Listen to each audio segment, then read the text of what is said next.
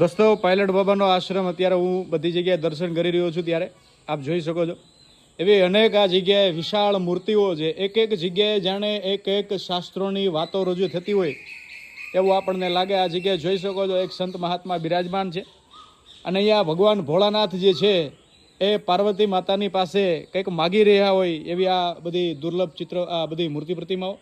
ત્યારબાદ આ અતિ વિશાળ શિવલિંગ તમે જુઓ. वाह भाई.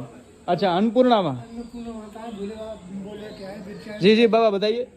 अन्नपूर्णा माता की बिरचा. हाँ हाँ हाँ, सॉरी दोस्तों, બાબાએ યાદ કરાવ્યું જોયો. આ અન્નપૂર્ણા માતા છે. અન્નપૂર્ણા માતા ભગવાન ભોળાનાથને કંઈક આપી રહ્યા છે, પાર્વતીજી નથી. વાહ ભાઈ વાહ. બાબાએ સાંભળ્યું તો આપણને કીધું. પ્રકાશભાઈ તમે બોલો, શું કહેવા માંગો? આ તસવીર આ મૂર્તિમાંથી આપણે જો શીખ લેવી હોય તો એવું પણ લઈ શકાય હા કે જે ઘરની સ્ત્રી છે ને એ સાક્ષાત અન્નપૂર્ણાનો અવતાર છે વાહ. અને જે ઘરનો જે પતિ છે હા એને શિવ પણ ગણી શકાય. એટલે એકાબીજાની પરસ્પર ભાવના રહે અને સનાતનમાંથી કંઈક શીખીને આપણે સુદૃઢ અને સુગંધમય દાંપત્ય જીવન જો આપણે નિવાડવું હોય તો આમાંથી કંઈક આપણે લઈ શકીએ. વાહ ભાઈ. અને પાયલોટ બાબાનો આશ્રમ, એના વિશે તમે બે શબ્દ બોલો. ભગવાન આશ્રમ વિશે જો અહીંયા ધ્યાનની એટલી પરાકાષ્ઠા છે, અહીંયા યોગની એવી પરાકાષ્ઠા છે કે આનાથી ઉપર વિશેષ કંઈ હોય જ ના શકે. અને અહીંયા કોઈ પણ જો સામાન્ય પણ કોઈ સાધુ બેઠા હોય ને એની પાસે જો તમે જ્ઞાનની વાત ખોલો છો તો દિવસોના દિવસો ટૂંકા પડે.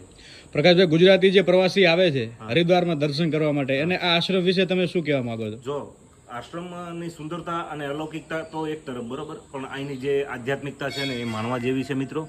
અને અહીંયા વિદેશી સહેલાણીઓનો પણ જમાવડો હોય છે ખૂબ, કારણ કે સનાતનની એવી સંસ્કૃતિ રહી છે, એની એવી કંઈક સુંદરતા રહી છે કે ક્યાંક ને ક્યાંક અહીંયાથી તમે આવો ને એટલે પામા વગર તમે જાઓ ને. એક બાપુ મને પ્રસાદીમાં આપણે સહજ રીતે એની સાથે થોડી જ્ઞાનની વાત કરી અને મને પ્રસાદી કેવી આપી, તો કદાચ કરોડો રૂપિયા ખર્ચા એ આઝાદભાઈ આપણને મળે ન મળે, જિંદગીમાં ન મળે. એટલે અહીંયા કંઈક પામવું એવી રીતે નહીં, પણ મનની શાંતિ માટે જો તમે આવો તો ખરેખર ખૂબ મજા આવે છે. અને અલૌકિક દિવ્યતા, બસ આનાથી વિશેષ આના શબ્દ જ ન હોઈ શકે. વાહ ભાઈ વાહ. હા દોસ્તો, આખી જગ્યા હું તમને બતાવું.